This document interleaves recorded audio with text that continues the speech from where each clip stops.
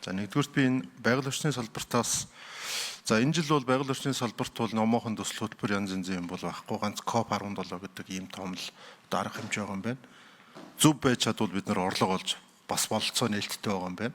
Гэхдээ сайд нь явж чадахгүй байгаа юм байна. Тэгэхээр энийг засгийн газрынхаа төвшөнд яриад бас бололцоогоо нээлгээд авах нь зөв бах. Миний асуух гээд байгаа зүйл бол өнөөдрийн энэ төсвийг ингээд харахаар зөвхөн COP17-д оруулсан төсвүүд ингээ орсноос болоод танай салбарын хөл дүн бол нэмэгдсэн юм шиг боловч яг ингээ задаргааг нь үзэхээр бүх юмнууд ч хасахтай явж байна.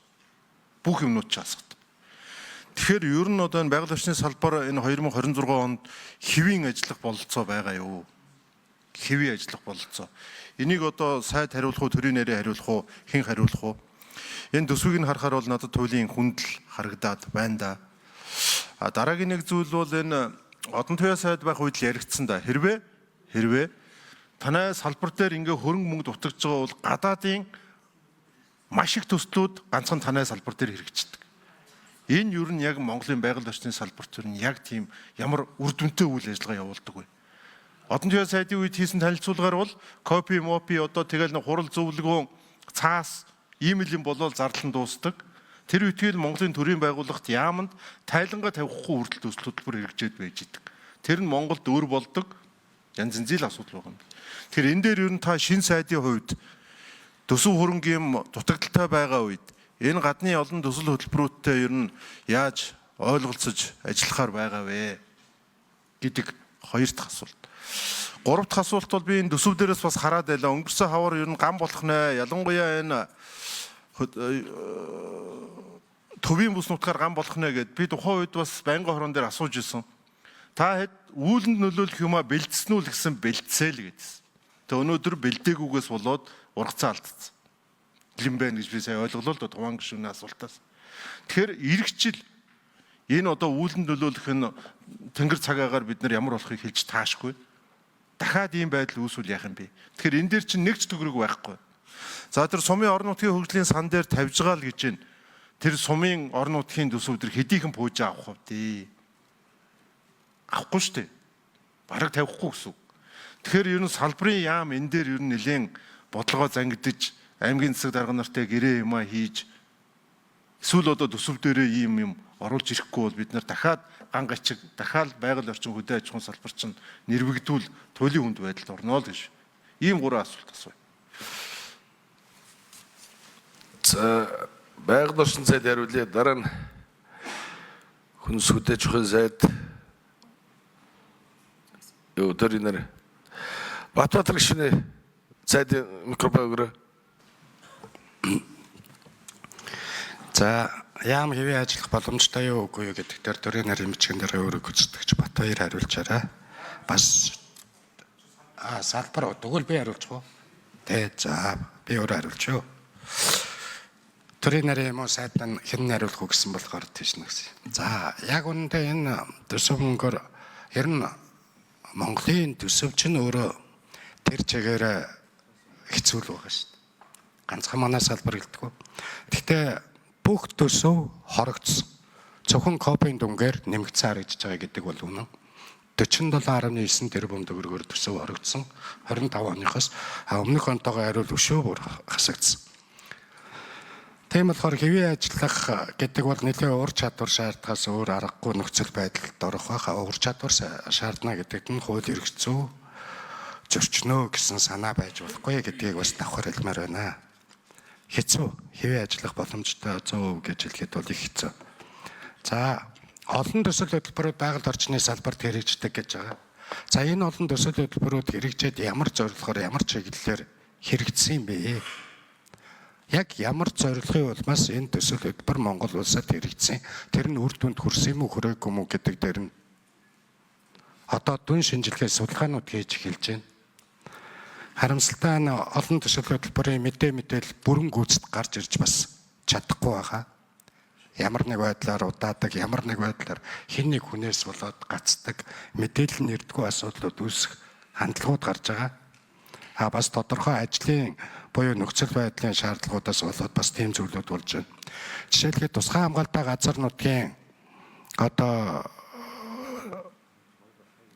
газрын олголт архив гэхэд яаман дээр байдаггүй. Яаманд нэгтгэгдсэн архив байхгүй.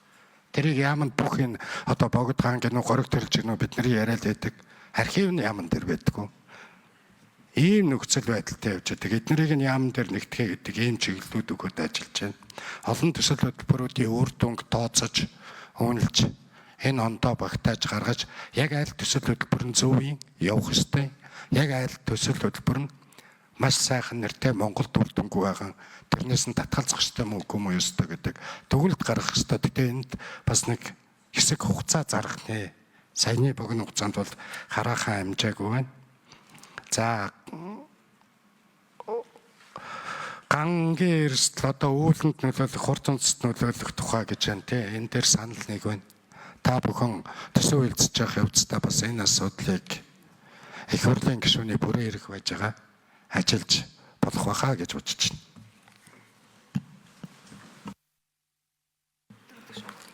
За эдгээр гишүүн тодруулыг дараа нь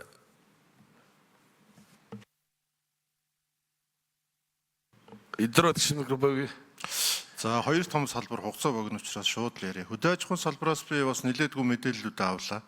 Тэгээ би эндээс яг энэ орон нутагт ингээ явж байхад хөдөө аж ахуйн үйлдвэр эрхлэгчдийн яриад байгаа нэг зүйлийг хэлэх гээд байна.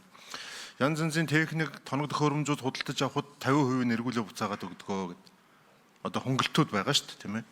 А гэтэл тэр заавал одоо ингээд нөгөө Монголд байгаа компаниас авах хэрэгтэй болж байна. А гэтэл эндээс авж байгаа хүн урдаас очиод авж байгаа өнөө хоёрын хооронд баг ингээд даапалтж байна. Эндээс авах хүнээрээ нэг трактор биш, урдаас бол тракторыг ард нь чирэх төхөөрөмжүүдтэй нь авчих хэмжээний ийм зүйл яваад байна гэдэг зүйлийг энэ одоо газар тариалангийн бизнес эрхэлж байгаа хүмүүс хэлээд байна л да.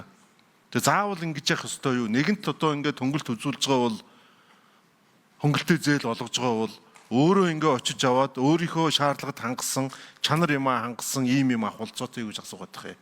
Энэ дээр хэн хариулна? хөдөө аж ахуйн төрийнээр хариулъя. 5 номер. Хин хариулах вэ? Салбарын мэргэжилтэнгүүд бас энэ сайд төрийнээр сайн мэдэхгүй л мэргэжилтэнгүүд хариулаарай. Боловсруулалтанд хариулаарай. Эдгээр гишүүний асуултанд хариулъя. Бодлого төлөлтийн газрын дараа боловсруулсан.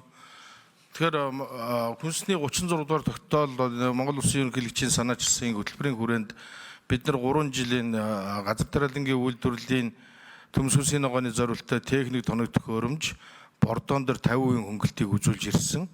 За ингэхдээ бол тариалангийн тухай хуулиараа энэ техник зарж борлуулдаг аж ахуйн нэгжүүд нь өөрснөө засвар үйлчлэгээний төвтэй гарал үүсэлэн тодорхой ийм нөхцөлийг хангасан байж аж дотоодод одоо техник зарж борлуулна гэсэн одоо энэ хуулийнхаа хүрээнд энэ дилер компаниудаар дамжуул техникийг оруулж ирсэн. Зүгээр мэдээж одоо өөртөө арай үн хямдыг сонгох юм бол орж ирээд хагас жил явах юм уу, 1 жилийн дараа энэ техник засвар үйлчлэгээний төвгүй учраас хинээс судалдаж авсан, тухайн иргэнээс судалж авсан техникүүд ингээд алга болох ийм магадaltaй учраас ийм шалгуур үзүүлэлтийг тодорхой хэмжээнд тавьсан. Ингээд 4 номергүй сая хариулъя. Техникийн хөнгөлт нь бол энэ жилээр ингээд дуусгар болж байгаа. За бордоон дээр бол энэ жилийн тухайд төсвүүдээр тодорхой хэмжээний төсөв байгаа. Ингээд 1 жил дахиад үргэлжлэхээр байгаа. Тэгээ энэ жилээр дууссан баг.